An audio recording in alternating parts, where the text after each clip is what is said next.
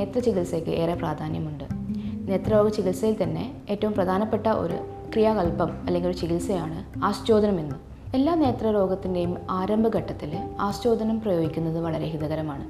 കണ്ണിൻ്റെ അകത്തുണ്ടാകുന്ന അല്ലെങ്കിൽ കൺപോടകളിൽ വരുന്ന വേദന, അല്ലെങ്കിൽ കുത്തിനോവ്, ചൊറിച്ചൽ, പുകച്ചിൽ പോലത്തെ കണ്ടീഷൻ, അല്ലെങ്കിൽ ഒരു ഫോറിൻ ബോഡി പരുവരുപ്പ് എന്ന് പറയും, ഫോറിൻ ബോഡി സെൻസേഷൻ ഉണ്ടാകുക, അല്ലെങ്കിൽ വരണ്ട ഒരവസ്ഥ, ഇതിനൊക്കെ ഈ ഒരു അവസ്ഥകൾക്കൊക്കെ ആസ്ചോദനം വളരെ ഫലപ്രദമാണ്. ഔഷധങ്ങളുടെ ദ്രവരൂപത്തിലുള്ള അത് കഷായമോ അല്ലെങ്കിൽ ഘൃതങ്ങളോ അല്ലെങ്കിൽ അർക്കമോ ഇത് ഏതെങ്കിലും ഒരു ഫോമിൽ തുള്ളികളായിട്ട് ഒരു നിശ്ചിത അളവിൽ കണ്ണിൻ്റെ അകംവശത്തെ അല്ല ഉള്ളിലേക്ക് ഒഴിക്കുന്ന ഒരു ചികിത്സയാണ് ആസ്ചോദനം എന്ന് പറയുന്നത്.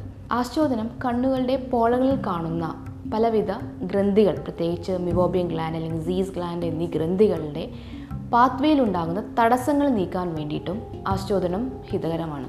അതുമാത്രമല്ല, ആസ്ചോദനം നമ്മുടെ കണ്ണുകൾ കാണുന്ന ടിയർ ഫിലിമിൻ്റെ പ്രൊഡക്ഷൻ കൂട്ടുവാനും പ്രത്യേകിച്ച് ഈ കാലഘട്ടത്തിൽ ഡെസ്ക്ടോപ്പ് ചെയ്യുന്നവരിൽ കാണുന്ന ഐ സ്ട്രെയിൻ കുറയ്ക്കുവാനും കണ്ണുകളിൽ മൊത്തത്തിലൊരു തിളക്കം വർദ്ധിപ്പിക്കുവാനും സഹായിക്കുന്നു.